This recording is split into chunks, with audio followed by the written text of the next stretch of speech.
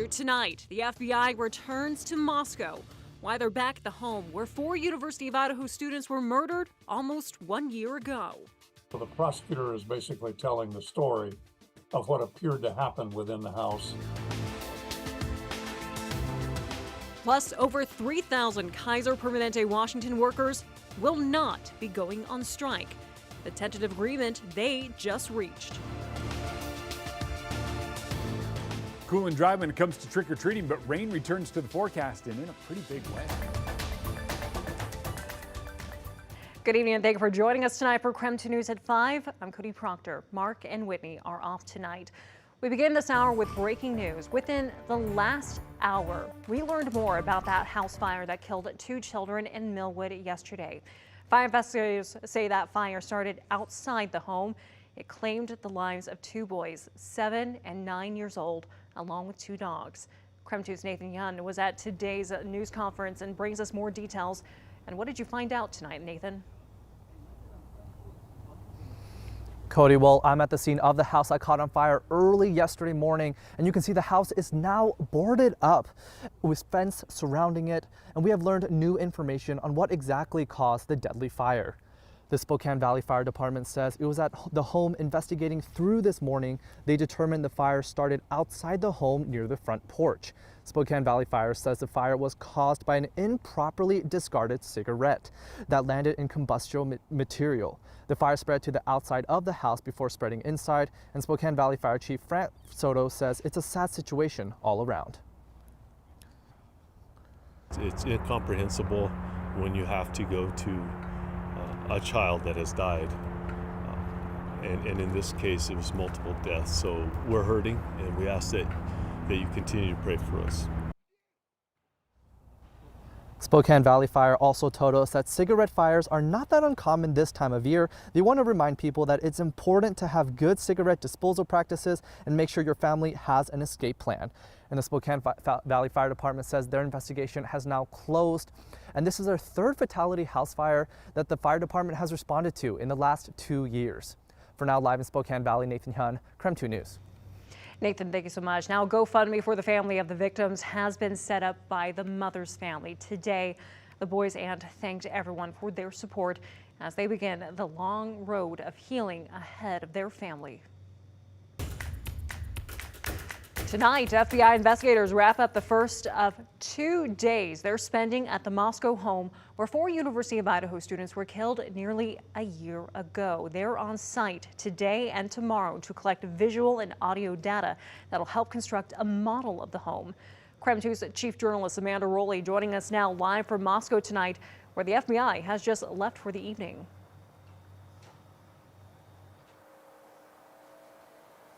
Well, since the trial for the Moscow murder suspect has been delayed indefinitely, the FBI is taking advantage of this extended time to gather measurements of their own of the home to construct a model. Now, throughout the day, we saw crews gathering images coming in and out of the home and even bringing out what's left over as far as personal belongings and moving them outside.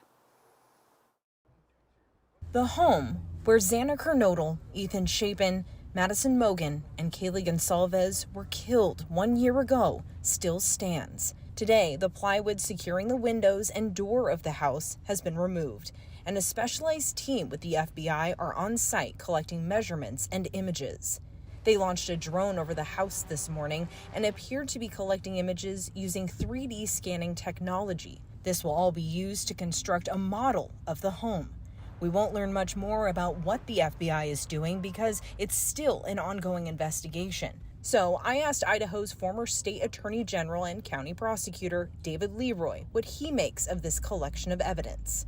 In this instance, it appears that the prosecutor is going to put some significant emphasis by virtue of a model and videos in terms of helping the jury understand how an alleged perpetrator might have moved through the house to get in, to go to whatever is alleged to be the first crime scene, to pass then to the second crime scene. We noticed investigators are using Faro 3D laser scanners. The company's website says this technology can be used by law enforcement and prosecutors to reconstruct a crime scene and present it in the courtroom. This is the diagram of today's courtroom.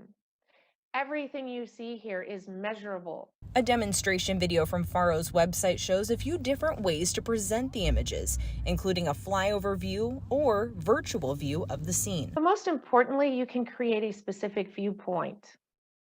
What did that first responder see? What did that witness see? Or what could the witness maybe not see from that perspective? It's not clear what version will be used in this case, but Faro's demonstration does give some insight into the possibilities.